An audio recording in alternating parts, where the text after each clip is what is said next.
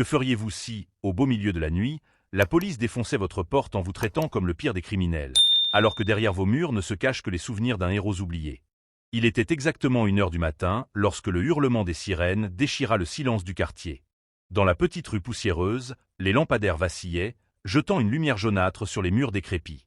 Les habitants, réveillés en sursaut, soulevèrent leurs rideaux, les yeux encore collés par le sommeil mais avides d'assister à ce qui s'annonçait comme un spectacle nocturne.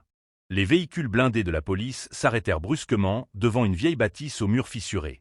Les pneus crissèrent sur l'asphalte humide, et les phares aveuglèrent les fenêtres sales d'une maison que beaucoup jugeaient depuis longtemps suspecte. Le commandant Blake, grand, carré d'épaule et toujours pressé de prouver son autorité, descendit du premier véhicule. Ses bottes claquèrent contre le trottoir, résonnant comme un coup de marteau. Sa voix porta aussitôt, grave, brutale, comme s'il voulait réveiller tout le quartier. « Ouvrez, criminels. Police. » Le silence fut suivi d'un frisson collectif. Les voisins se penchèrent davantage, les téléphones portables brandis pour filmer chaque seconde. Dans cette rue où la rumeur valait souvent plus que la vérité, la vieille Maria Alvarez devenait ce soir l'actrice principale d'un théâtre cruel. À l'intérieur de la maison, Maria ouvrit les yeux. Elle n'avait pas besoin d'horloge pour savoir qu'il était tard. Elle sentit immédiatement le sol vibrer sous les coups violents que les policiers portaient déjà contre sa porte. Son cœur battait fort, mais son visage resta impassible. Elle avait connu des nuits bien plus sombres. Elle se leva lentement, ses pieds nus touchant le carrelage froid. Ses cheveux gris, défaits, glissèrent sur ses épaules maigres. Elle prit son vieux sac à main en cuir, élimé par les années, et le serra contre elle comme un bouclier. Dedans, quelques papiers pliés, une photo jaunie, et une clé suspendue à une chaîne. Rien qui vaille un tel assaut. Sauf peut-être pour ceux qui savaient lire entre les lignes de l'histoire. Dehors, le commandant Blake perdit patience. « Coupez la porte. Entrez-moi là-dedans » hurla-t-il à son escouade. 2 policiers armés d'un bélier métallique s'élancèrent. Le premier coup fit vibrer toute la façade, arrachant un cri de stupeur aux voisins. Le deuxième fit céder la serrure dans un fracas métallique. La porte vola en éclats, cognant contre le mur intérieur. La lumière crue des lampes torchées envahit l'obscurité. Des faisceaux blancs balayaient chaque recoin, déchirant les ombres comme des lames. Les bottes des hommes martelaient le sol, envahissant la maison avec la brutalité d'une armée en campagne. « Fouillez tout !» ordonna Blake, le regard dur, la mâchoire crispée. Ils s'éparpillèrent aussitôt, ouvrant les placards, renversant les chaises, arrachant les tiroirs. Le bruit du bois qui craque, du verre qui se brise et des papiers qu'on piétine se mélangeait au rire nerveux des policiers. Maria était restée immobile dans le salon, debout, tenant son sac contre sa poitrine. Elle regardait sans un mot, ses yeux noirs brillant d'une étrange lueur. Elle n'était pas hystérique, pas même surprise. Seulement silencieuse. Trop silencieuse. Un jeune policier, le visage encore marqué par l'enthousiasme de ses débuts, s'approcha d'elle en ricanant. « Alors, mamie, tu croyais pouvoir cacher tes petites affaires ici, hein ?» Maria ne répondit pas. Ses lèvres tremblèrent à peine, comme si elle avait envie de dire quelque chose, mais elle se contenta de serrer plus fort son sac. Dehors, une voisine maquillée à outrance, robe de chambre rose et téléphone en main, commentait déjà en direct. « Je vous l'avais dit, cette femme n'était pas nette. Regardez, ils la prennent enfin. » Son rire faux résonna dans la rue, amplifié par les autres curieux. Le quartier tout entier vibrait du mélange de curiosité malsaine et de jubilation collective. Soudain, un cri retentit à l'étage. « Chef, venez voir ça !» Blake monta rapidement, suivi de 2 hommes. Dans une petite pièce poussiéreuse, les policiers pointaient leurs lampes sur un mur. Cloué là, légèrement de travers mais encore solide, brillait un objet inattendu. Une plaque militaire, couverte de poussière mais éclatante sous la lumière. Blake s'approcha, plissa les yeux. Gravé dessus, un nom. Un seul, Général Eduardo Alvarez. Un silence pesant s'abattit. Même les policiers cessèrent de bouger, figés par ce qu'ils voyaient. L'air sembla s'alourdir. Les ricanements se turent. Les voisins, depuis la rue, ne comprenaient pas ce qui provoquait ce soudain arrêt. En bas, Maria leva les yeux. Elle savait que ce moment arriverait. Sa voix, rauque mais ferme, s'éleva enfin. Ce nom appartenait à mon mari. Le silence qui suivit la découverte de la plaque militaire fut plus assourdissant que tout le vacarme des minutes précédentes. Le commandant Blake, malgré ses airs d'homme dur, sentit un léger frisson lui parcourir la nuque.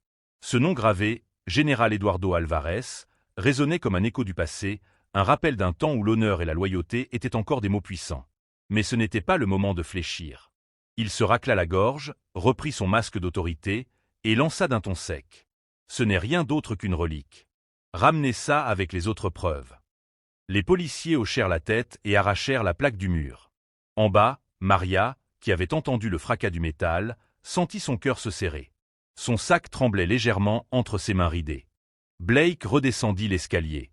Il fixa Maria avec un mélange de mépris et de curiosité. « Alors, tu étais la femme d'un militaire? Et tu oses abriter des secrets ici ?» Maria soutint son regard. Ses yeux brillaient d'une dignité qui contrastait avec la misère de ses vêtements usés. « Ce n'était pas n'importe quel militaire, » répondit-elle calmement. Mais elle n'eut pas le temps de finir sa phrase. Un des agents lui arracha brutalement son sac. « On va voir ce que tu caches là-dedans, vieille sorcière, » lança-t-il. Le sac fut vidé sur la table du salon. Quelques papiers froissés, une vieille photo où l'on distinguait un homme en uniforme tenant une petite fille par la main, et une clé ternie roulèrent sur la surface de bois. Rien d'explosif, rien d'illégal. Pourtant, la brutalité de la scène donna aux voisins matière à s'enflammer. Dehors, la voisine en robe rose, toujours avec son téléphone, cria. « Regardez ça.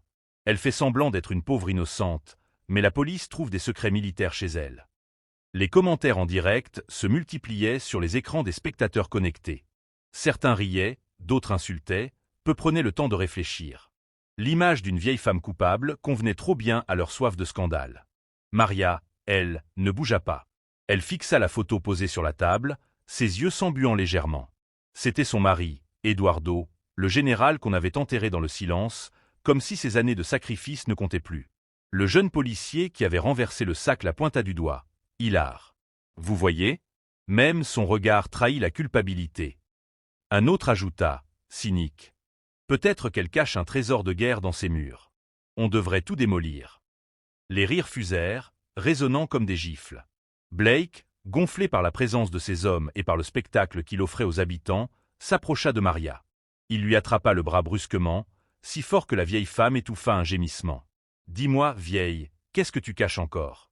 Si tu ne parles pas, c'est moi qui vais te faire cracher la vérité. » Maria redressa la tête. Malgré la douleur, elle répondit d'une voix ferme. « Vous ne savez rien de ce que cette maison représente. Vous détruisez l'honneur sans même comprendre. » Ces mots tombèrent comme un coup de tonnerre dans la pièce. Pendant une fraction de seconde, même les policiers cessèrent de rire. Il y avait dans ces paroles une force que l'âge n'avait pas éteinte. Mais le commandant éclata d'un rire sec, pour briser les faits. « L'honneur » cracha-t-il. « L'honneur ne nourrit pas les criminels. Et toi, tu es une suspecte. » Il fit signe à deux agents de la menotter. Les voisins applaudirent presque en voyant Maria immobilisée, ses poignets fragiles enfermés dans le métal froid. Un adolescent du quartier, que tout le monde connaissait pour ses graffitis et ses petits délits, lança une bouteille vide en direction de la maison, en criant « Voilà la sorcière démasquée !» Le geste provoqua des rires nerveux dans la foule. Maria baissa légèrement la tête. Pas par honte, mais par tristesse. Elle voyait dans ces visages le reflet d'un peuple qui avait oublié ses héros, trop prompt à juger, trop avide de spectacles faciles. Dans la rue, certains se souvenaient pourtant. Un vieil homme, assis sur une chaise en bois, murmura pour lui-même. « Alvarez. Eduardo Alvarez. Ce nom n'est pas celui d'un traître. » Mais sa voix se perdit dans le vacarme des curieux. Les policiers, galvanisés par l'humiliation qu'ils infligeaient, continuèrent à fouiller.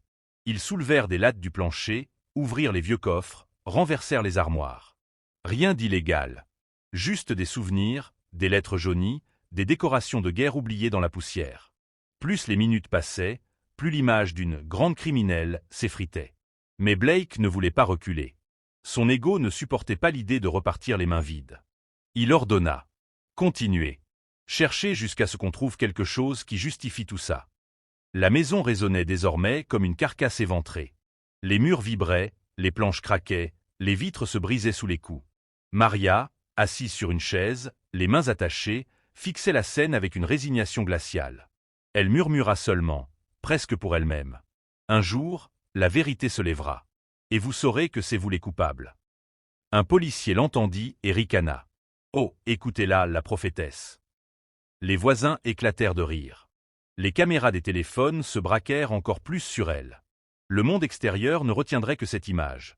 Une vieille femme enchaînée, accusée, raillée, clouée au pilori moderne. Et pourtant, dans ses yeux brillait une promesse muette. L'histoire n'était pas terminée. La rue, déjà en ébullition, devint une véritable scène de théâtre populaire. Les gens affluaient de tous les côtés, attirés par les lumières bleues et rouges des gyrophares qui clignotaient comme un appel à la curiosité. Les chuchotements se transformèrent rapidement en commentaires bruyants, chacun se sentant autorisé à donner son interprétation. Je le savais. Cette vieille n'était pas normale. On raconte qu'elle cache des armes dans ses murs. Peut-être même de la drogue. Non, non, c'est pire que ça. Elle faisait partie d'un réseau secret avec son mari. Chaque bouche ajoutait une nouvelle couche au mensonge collectif. Ce qui n'était au départ qu'une descente musclée se changeait en un récit d'espionnage, de trahison et de crime. La voisine en robe de chambre rose, celle qui filmait tout en direct, enflamma les esprits plus encore. Sa voix perçante résonnait comme celle d'une narratrice improvisée. « Regardez bien, mes amis, la police a trouvé des preuves militaires. C'est clair, elle travaillait pour couvrir des affaires louches. » Ses abonnés, scotchés à leur écran, envoyaient des centaines de messages en temps réel. Certains encourageaient, d'autres insultaient Maria, et quelques rares voix demandaient à attendre des preuves. Mais ces dernières se perdaient vite dans le flot de moqueries et de jugements. À l'intérieur de la maison, Maria restait assise, les poignets toujours enserrés par les menottes. Elle écoutait sans bouger, comme si chaque mot des voisins perçait sa peau. Pourtant, son regard restait fixé sur la photo de son mari, toujours posée sur la table. Elle murmura, dans un souffle que personne ne put entendre. « Eduardo, ils t'ont oublié. » Le commandant Blake, lui, savourait l'effet de son opération. Bien qu'aucune preuve sérieuse n'ait été trouvée, il savait que la rumeur ferait le reste. Dans un monde où les réseaux sociaux dictaient les vérités, il suffisait d'une vidéo virale pour transformer une innocente en coupable. Un de ces hommes, un certain agent Ruiz, s'approcha pourtant discrètement. Plus jeune, moins endurci que les autres, il avait remarqué quelque chose dans les papiers éparpillés sur le sol. Il ramassa une feuille jaunie, écrite d'une main ferme. Il lut à voix basse. « Opération Frontière, défense du territoire, sacrifice de l'unité Bravo, 7. » Ses yeux s'écarquillèrent. C'était un rapport militaire, non pas compromettant, mais au contraire glorieux. Il parlait d'un assaut mené par le général Eduardo Alvarez pour sauver des civils pris au piège lors d'une guerre oubliée. Ruiz leva les yeux vers Maria, qui l'observait calmement. Il comprit aussitôt. Cette femme n'était pas une criminelle, mais la veuve d'un héros. Avant qu'il ne puisse parler, Blake arracha le document de ses mains. « Ne perds pas ton temps avec ça, Ruiz. De vieilles histoires ne valent rien. » Il déchira la feuille en deux et la jeta dans un coin, comme si elle n'avait jamais existé. Maria ferma les yeux. Une larme coula le long de sa joue ridée. Elle savait que le combat n'était plus seulement contre les policiers, mais contre l'oubli volontaire, contre une société qui ne voulait plus se souvenir des sacrifices. Dehors, la foule grossissait encore. Les enfants, assis sur le trottoir, lançaient des pierres contre la façade de la maison, imitant les adultes. Les rires se mêlaient aux insultes. Un homme ivre, vêtu d'un vieux manteau, cria « À bas la traîtresse !»